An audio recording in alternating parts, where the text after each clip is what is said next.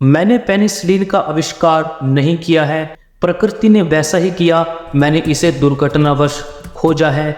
यह शब्द थे सर अलेक्जेंडर फ्लेमिंग के। तो हेलो फ्रेंड्स, मेरा नाम है धनंजय, आप देख रहे हैं वत्स मेडिकल यूट्यूब चैनल। आज हम बात करेंगे कि किस प्रकार पेनिसिलिन की खोज हुई, डिस्कवरी ऑफ पेनिसिलिन।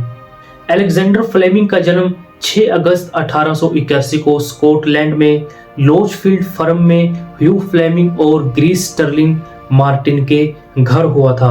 शुरुआत की शिक्षा उन्होंने स्कॉटलैंड में ही ली, लेकिन उसके पश्चात वह 3 भाई और बहन के साथ लंदन चले गए और 1906 में लंदन यूनिवर्सिटी के सेंट मैरी मेडिकल कॉलेज में उन्होंने स्नातक यानी ग्रेजुएशन किया था। फ्लेमिंग के साथ ऐसा क्या हुआ कि जिसकी वजह से उन्होंने पेनिसिलिन को डिस्कवर करके एक इतिहास रच दिया। देखिए, बात है प्रथम विश्व युद्ध की। जब प्रथम विश्व युद्ध चल रहा था तो फ्लेमिंग मेडिकल केयर में एक कप्तान के रूप में कार्यरत थे। वह व्यथित इस बात से थे कि उनके सैनिक साथियों की मृत्यु हो रही थी। उनके सैनिक साथियों की मृत्यु युद्ध की वजह से ना होकर युद्ध में लगे हुए घावों के होने वाले संक्रमण से हो रही थी और उनको रोका नहीं जा रहा था। लेकिन हम एक बात से डिनाई नहीं कर सकते, ऐसा नहीं है कि उस समय में दवा उपलब्ध नहीं थी, ड्रग उपलब्ध नहीं थी। फर्स्ट चॉइस ड्रग के रूप में एंटीसेप्टिक था, जो इन्फेक्शन के तौर पे इस्तेमाल में लाया जाता था, लेकिन उसका उपयोग कम और नुकसान ज्यादा हो रहा था, जिससे सैनिक मर रहे थे। जब फ्लेमिंग ने इस चीज को देखा तो उन्होंने एक लेख लिखा। उन्होंने कहा, एनारोबिक बैक्टीरिया की प्रेजेंस की वजह से एंटीसेप्टिक काम नहीं कर रहे, एंटीसेप्टिक बेअसर हो रहे हैं, वह घावों को नहीं भर रहे।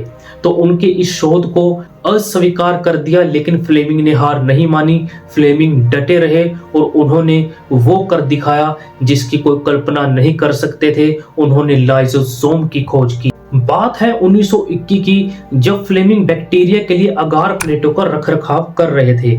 एक अगार प्लेट को उन्होंने खिड़की के पास रख दिया और खुली हुई खिड़की में हवा की वजह से बैक्टीरिया के कारण वह अगार प्लेट दूषित हो गई।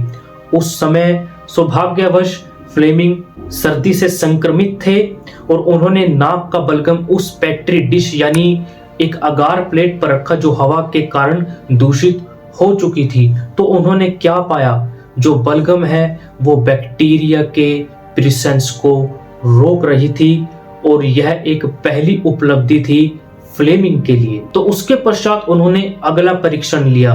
अगले परीक्षण में उन्होंने खारे पानी में मौजूद बैक्टीरिया का इस्तेमाल किया, खारे पानी में, जिससे एक पीला सस्पेंशन बना और उस सस्पेंशन में ताजे बलगम को डाला गया तो जो खारा पीला पानी है वह साफ हो गया था और जिसकी वजह से फ्लेमिंग ने एक लाइसोसोम की खोज की, जो एक एंटीबायोटिक बनने का प्रमुख कारण माना जाता है। उसके बाद उन्होंने त्वचा, नाखून, आंसू, खाल में भी लाइसोसोम की खोज की और अंत में वह अंडे की सफेदी से लाइसोसोम को अलग करने में सक्षम हो गए थे।